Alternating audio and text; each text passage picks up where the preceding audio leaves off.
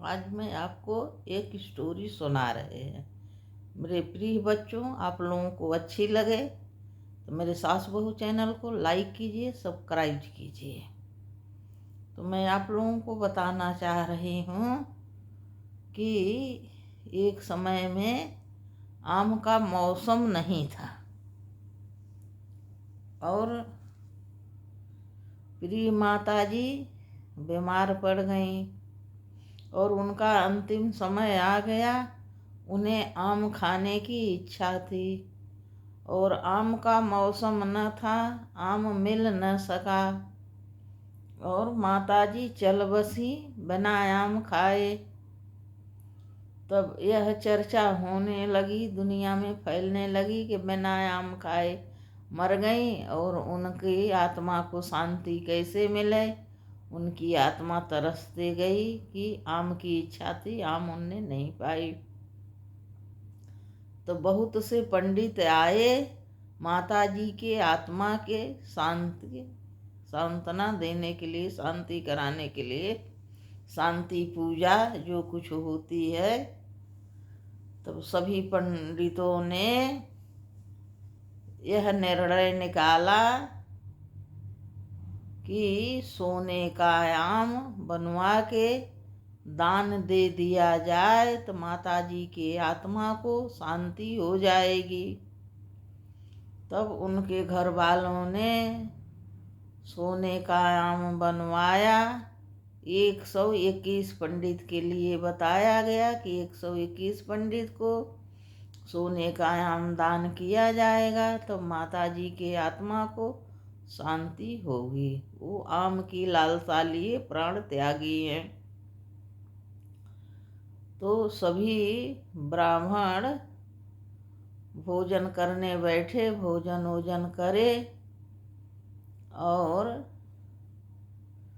आम रखा गया, आम लें और आम का दान दिया गया।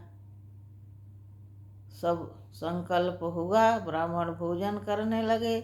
तभी उस सभा में तेनाली रामा पहुँचे और उनने पंडितों से कहा कि कल हमारी माता के शांति के लिए हमारे यहाँ भोजन करना है।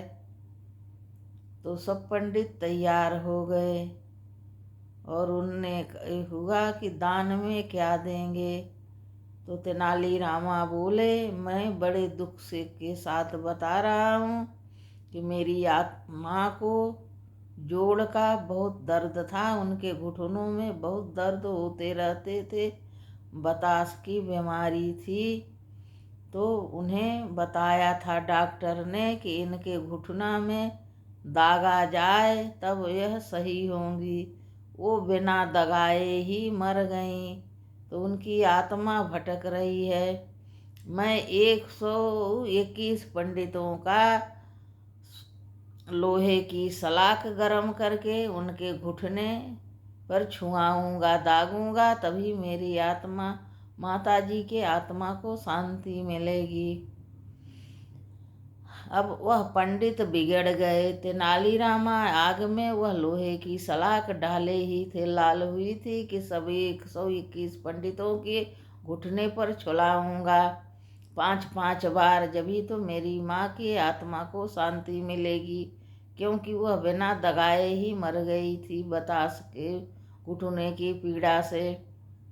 तब वो पंडित लोग बिगड़ गए और चिल्लाने लगे कि ऐसे कहीं शांति मिलती है कि दगाएं भैया, तुम्हारी माँ मर गई है, ऐसी शांति नहीं मिलती है कि वह दगाई नहीं थी। क्या सब लोग अपना पैर खराब कर लेते हैं? गे किसी को दागोगे तो कोई मर जाएगा, जिंदा ही तुम्हारी माँ को शांति कहाँ से मिलेगी।